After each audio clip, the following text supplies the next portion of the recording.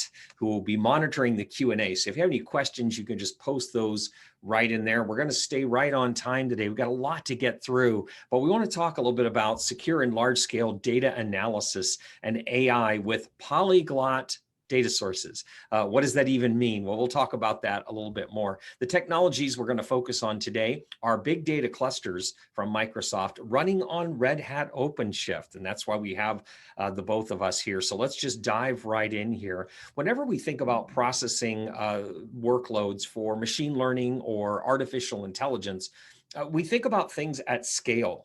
And whenever we talk about data at scale, we can no longer scale up. You can only make a system so large before you run into the speed of light problems. And so we have to break apart compute and data. Those things have to scale out. And that brings on a new paradigm, and we get into problems with the CAP theorem and ACID databases and so on.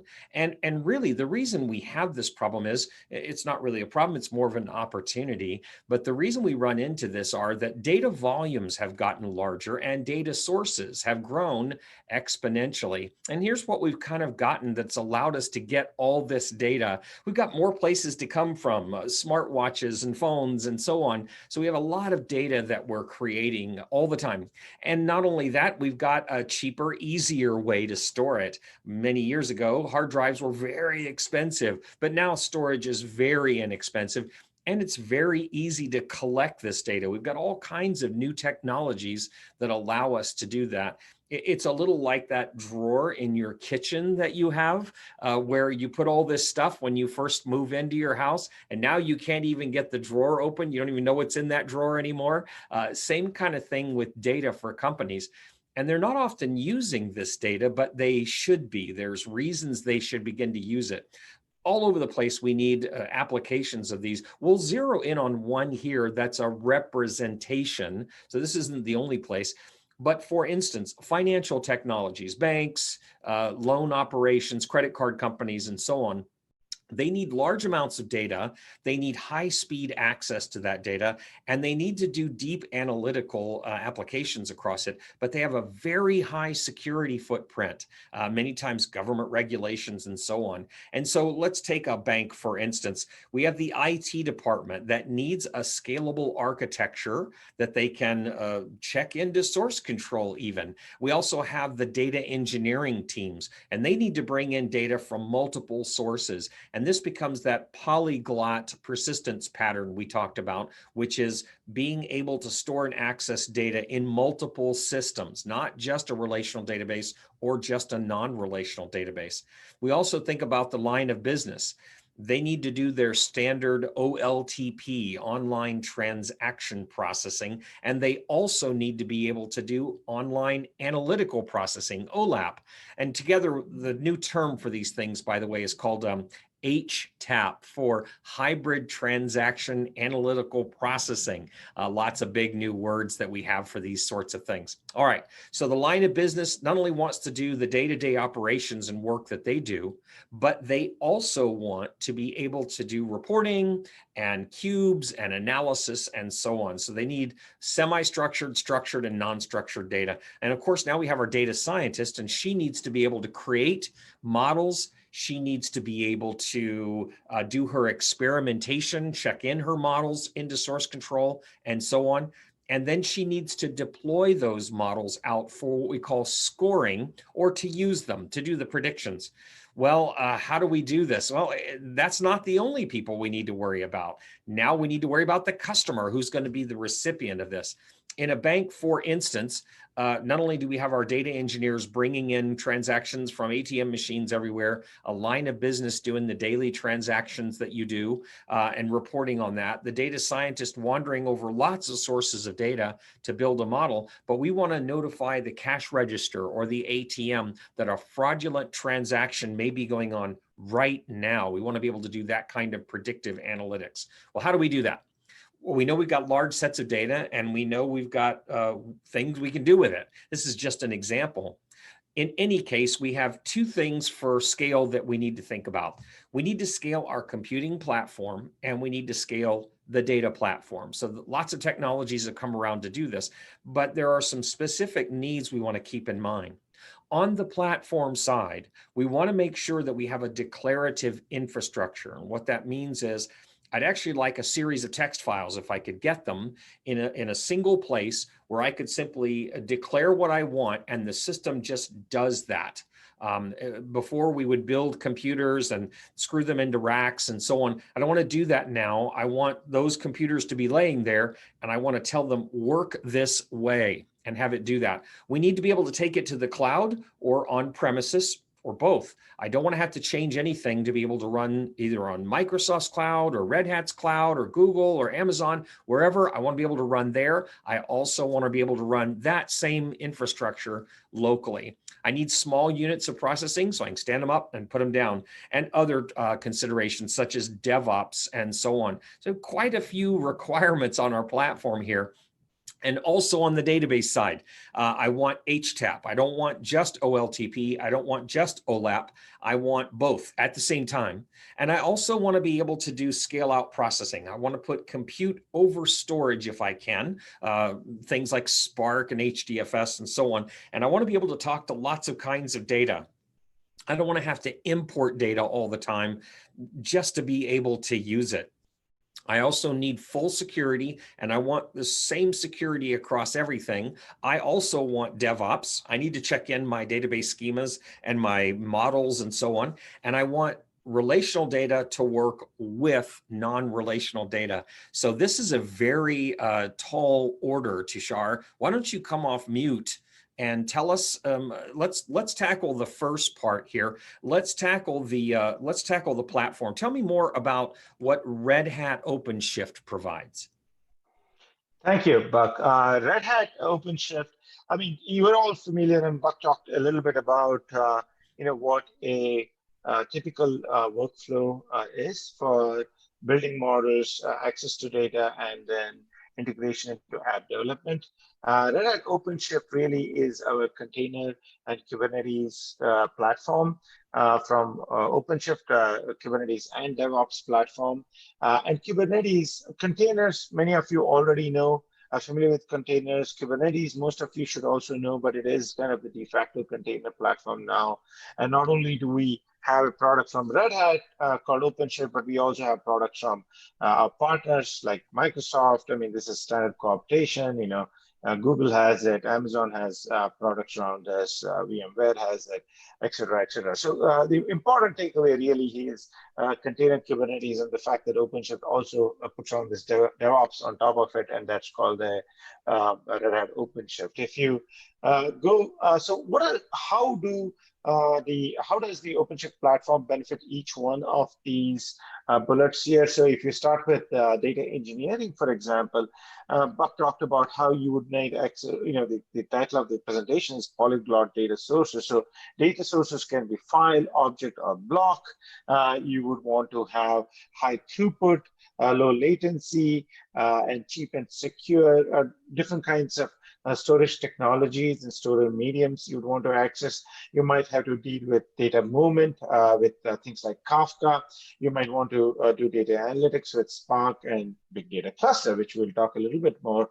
And then you may want to kind of put all this together in a pipeline so that it can be automated with things like Tecton and Argo CD. Next, if you go to data science, now here, once you have access to the data, now what you need really is access to compute. Be it CPUs, memory, more traditional, but also things like GPUs and FPGAs for offloading and getting more performance. And scale for high-speed networking, access to high-speed networking and storage, which the storage part we already covered. And then you want containers with your favorite languages like Python and frameworks like PyTorch or TensorFlow, and you want a IDE, a development environment like Jupyter, which you already are very familiar with. And then you want on-demand scale up, and scale out. Just like you would expect on any public cloud, for example. And then DevOps in the form of how do I build my artifacts? How do I deploy it in a continuous way? How do I automate it? And for that, we have technologies like Tecton and Argo CD and all this. And then if you go to app development, you have now that you have models coming out of your data science, as Buck was talking about, now what you have is you will put them into some kind of a RESTful service. Then you want to monitor and alert them, and you want to have logging and diagnostics. And so ultimately, what you've created is really a continuous. You're bringing DevOps to data science and data engineering, and that's effectively what this is all about. So if you go to the next slide, and if you play the video, but I just give a quick glimpse of you can do it. You can go to learn.openshift.com. You can see that at the top. You can pick out tutorials there. This one is specifically on AI and machine learning on OpenShift. You have a bunch of scenarios. And you will see, starting from very simple ones, which is deploying a Jupyter Notebook image, which I'll show, but more complicated ones also, if you want to. This one is for really a beginner, really just to whet your appetite. It's only 10 to 15 minutes, very easy. You just say start the scenarios there, and then you'll see that it will give you basically an OpenShift instance or a demo instance where you can actually get access to a CLI, as you can see on the right. You can go through the tutorial itself and run some commands. And then if you want a graphical user interface, you would be doing the console, but you'll see it in just a moment. You can go to that tab, and then you can log on. And once you log on, you will see that you will be brought to here, and then you can you can here see that in just a moment. This is the main developer interface for OpenShift, and then you'll see how you would launch a Jupyter Notebook and get your work going, very, very simply put. So here you'll go into a developer persona, and there you will see that you are in your project. And here, there are different ways to deploy workloads on OpenShift, and you can go from anywhere from Dockerfile, or you can directly pull from Git. But here we're showing you how to do it from a catalog, which we have pre-built. Here you'll see that there is a Jupyter Notebook catalog. There are different ways to actually make it a little more sophisticated. You can customize the notebook, etc. But here we'll just do the simple one. We'll instantiate the template, and you'll see in just a second that with some basic parameters like a secret, which is basically a password, and then you'll go to the topology view, and you'll see in a second that OpenShift has created this in less than 2 minutes, and then you're going to go to your notebook, and then you can start typing your notebook. You use the same secret as earlier, and here you'll see that you have a notebook, and bingo, you can either import, you can create a Python 3 notebook, or import an existing notebook. You can do all kinds of things, and then you're off to the races. So this is just an example of how you can use OpenShift. Go to learn.openshift.com. You have tutorials. You can do it today if you choose to get an idea of what we're talking about. With that, I hand it back to Buck. Fantastic. Thank you, Tushar. Well, we've seen now we have a platform we can scale on, and it can do lots of things. And one of those things we've done at Microsoft is we've used this same platform. So we stand up a Red Hat OpenShift, and we have these, as I mentioned, both in the cloud and on premises. And both works exactly the same way. And I've abstracted a great deal here. There's more information than obviously I'll show on the screen, but I will give you a full resource for those sorts of things. But basically, we provide for you a full SQL Server system, and it looks just like SQL Server always have, but it's running in Linux.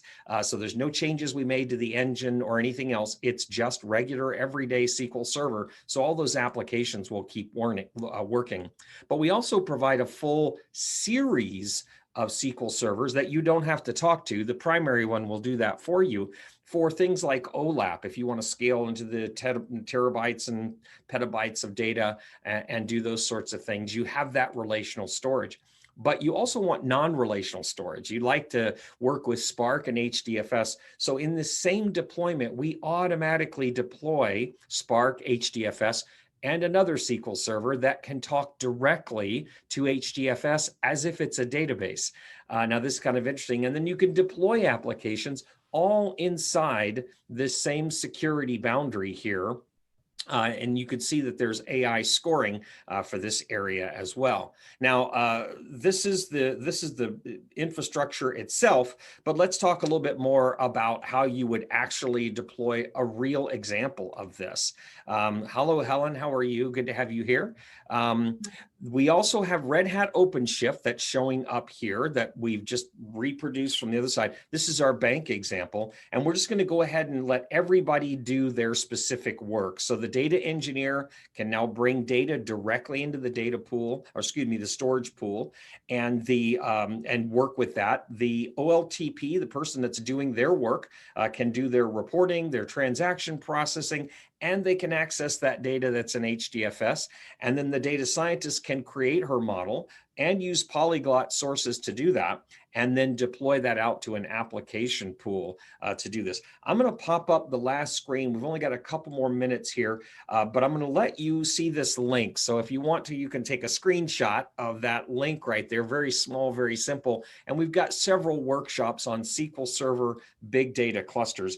In the moments we have left, let me pop over and show you. I'm using the Azure Data Studio, which is a multi-platform tool, works on Linux, Windows, Mac. It looks exactly the same. It's free. And I've connected to my big data cluster, which, as you can see, has various databases in it. It's just SQL Server, but it also has access to HDFS. So I'm going to hide that to get a little screen real estate here. And let's take a look at each of our personas. So here's our data engineer, and they want to be able to read credit card data from a web store. So I'm just going to use PySpark, that Python Spark inside the Spark in the storage pool we mentioned a moment ago. Read that data in. Oh, I'll take a little look at it and just see what it looks like. Maybe grab it as a data frame, print the schema. And then all I'm going to do is just write it out. I'll just write it right down to transactions, credit cards. So now I have lots and lots of files in transactions, credit cards here that I would write back out just using standard Spark calls. So that's my data engineer. They've lived in this world. They'd hit HDFS and so on, just like they always have. Now what we'll do is we'll have the DBA, the database administrator, begin to make some applications. And here's what's kind of interesting. Using only a couple of connection strings here, they can instantly hit that HDFS and create an external table. Now, what this means is the data won't be brought in. It'll merely be referred to, and the query will actually run over in HDFS, not in SQL Server. However, I can treat it just like it's a regular SQL Server database.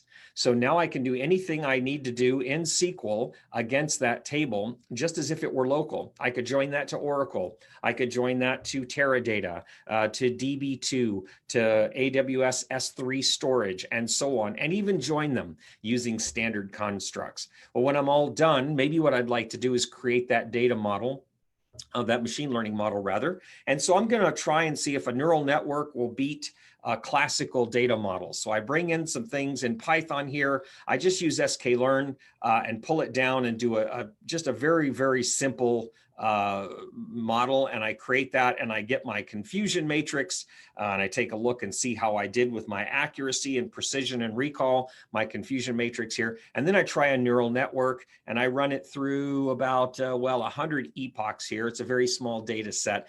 And in this data set, with this particular data, my experimentation shows that while the accuracy of neural networks were better, its loss was far higher. So in this case, classical machine learning is the right choice. So she does her experiment, she saves her model, and then she persists it out using Pickle or whatever else she'd like to. So what this gives for us, let me pop back over to our screen here. It gives us the ability to have a secure, scalable, defined infrastructure that can run on the cloud or on premises and get us all types of data in a single data hub. So we get about 10 or 15 seconds. Not sure if there's any questions in the links there, Tushar, if you've just handled all those. We really appreciate your time today. I appreciate you listening to us there. And we can go to questions if we have any. Tushar, do we have any questions we want to cover? I don't see any. So, maybe Lena, if you have a few minutes, you Yeah, can open it up. we'll just wait for a couple of minutes. Okay. As of now, there are no questions. Okay, perfect. Well, if you do have questions on this, feel free to hit up this site. And there's a full couple of workshops that you can have. In fact, perhaps in the moments we have left, I can even, let me see if I can bring that up for us. You can see my screen there, aka.ms / SQL Workshops is the name of that location. SQL Workshops. And when you go to that, what you'll see here, let me give us a little better zoom. I'm a little bit older, so it's hard to see that. And you'll notice that on our SQL data platform, we have a few things here. We've got some workshops that you can see, and we've also got some labs and so on. We've got SQL Server 2019 on OpenShift.